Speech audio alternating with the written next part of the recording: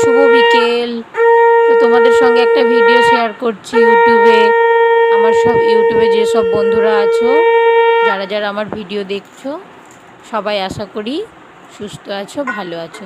তো দেখো বন্ধুরা, আমি এখানে পুজো করতে বসে পড়েছি, পুজো করছি, তো সেটা একটু শেয়ার করছি। দেখো না, আকাশে এমন মেঘ করেছিল, আজকে একটু ধরেছে আকাশটা, বৃষ্টি হচ্ছে না বলে, সেই জন্য ভালোভাবে একটু পুজো দিতে পারলাম। তো এদিকে আমি রান্নার দিকে এবার চলে যাচ্ছি। কুমড়ো আর ঢ্যাঁড়স কেটে ফেলেছি, ওটা ভাজা হবে। তো দেখো, আমি তো ভাজা প্রায় হয়ে এসেছে কুমড়োটা, এবার আমি তুলে নেব। এখানে ঢ্যাঁড়সটা এরপরে ভাজা হয়ে গেলে সেটাও তুলে নিচ্ছি। আর সয়াবিন আলু করব, আলুটা ভাজা হয়ে গেছে, সয়াবিনটাও আমার ভাজা হয়ে গেছে। একটু মশলা দিয়ে দিয়েছি, এবারে দিয়ে দিচ্ছি জিরে, শুকনো লঙ্কা, তেজপাতা, টমেটো, আদা জিরে বাটা। একটু কষিয়ে নিচ্ছি বন্ধুরা, কষিয়ে নিয়ে এবার আমি জল ঢালবো।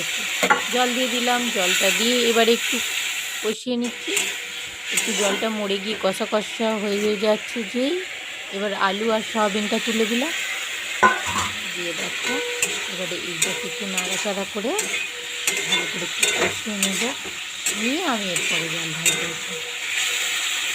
রঙটা কেমন হয়েছে বন্ধুরা? দেখো আমার অনেকটাই কষানো প্রায় হয়ে গেছে। আমি এর মধ্যে জল দিয়ে চাপা দিয়ে দিলাম। ভাতটাও আমার হয়ে গেছে, এদিকে ভাতটাও প্রায় হয়ে এসেছে, এবার নামিয়ে নেব। তরকারিটার চাপাটা খুলে দেখলাম তরকারি হয়ে এসেছে।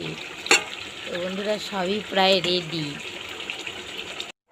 ভাত, সয়াবিন আলুর তরকারি, ঢ্যাঁড়স আর কুমড়ো দিয়ে টক, কুমড়ো ভাজা, আলু ভাজা। পরিবেশনের পরে কেমন লাগবে সেটাই জানার। আজকের মতো টাটা।